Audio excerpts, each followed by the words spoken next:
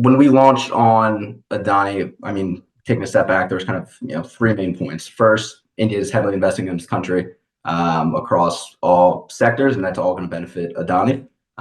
Second, I think Adani Enterprises has a great history of identifying growth opportunities in India. Just look at the businesses as demerged and the current market cap of all those businesses as proof.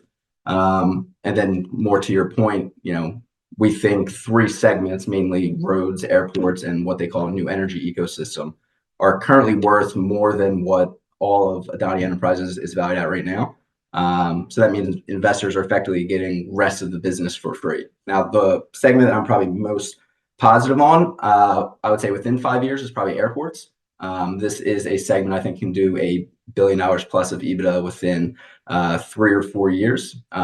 Close comps are trading at 20 times that. So you could see within 3 or 4 years, Adani Enterprise look to demerge that business at a value close to 20 to 25 billion, and Adani's Enterprise's current market cap is just 40 billion. Beyond that, you look at new energy ecosystem, which includes solar manufacturing, wind turbine manufacturing, and then there are plans for green hydrogen ecosystem. That green hydrogen ecosystem, which actually is not in our current valuation, is something that could, within 10 years, do, call it $7 billion of EBITDA. Obviously, a lot of CapEx needed to get to that point, but that is probably the most interesting part of the business, just because they're tackling it from all sides. They're doing it from renewable energy, building a manufacturing facility for electrolyzers, or convert that to green hydrogen, convert that to ammonia and urea, which can be very profitable given, right now India relies a lot of imports for those products. So airports and that green hydrogen or green energy ecosystem, I think, are the two most interesting at the moment.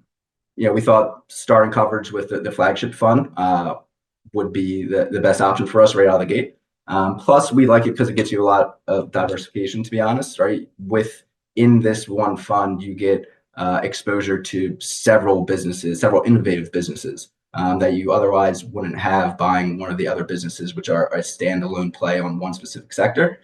Here, you're getting airports, your roads, renewable energy, called old energy or fossil fuels, with what they do with mining and called commodity trading.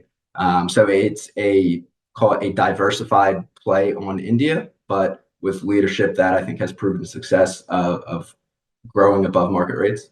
What excited me about Adani Enterprises was just the collection of businesses that they have, and then I kind of worked backwards from that to look at different comps. But yeah, I think if you look at the entire airline ecosystem, from your airplane manufacturers to the airlines themselves, the airport operators have a very good business, right? Their revenues are based on how many passengers come, how many flights or arrivals, the cargo that those planes are transporting.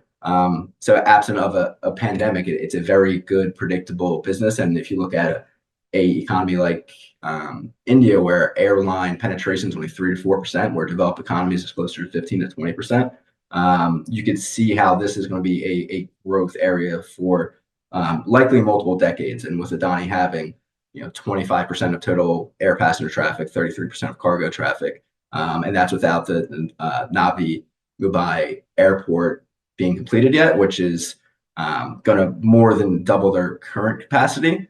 And for frame of reference, the biggest airport in the U.S. is Atlanta, and that's about 45 million passengers on an annual basis. And this airport is going to be about 90 million. So it's a huge airport that's only going to benefit them as airline penetration only increases in India.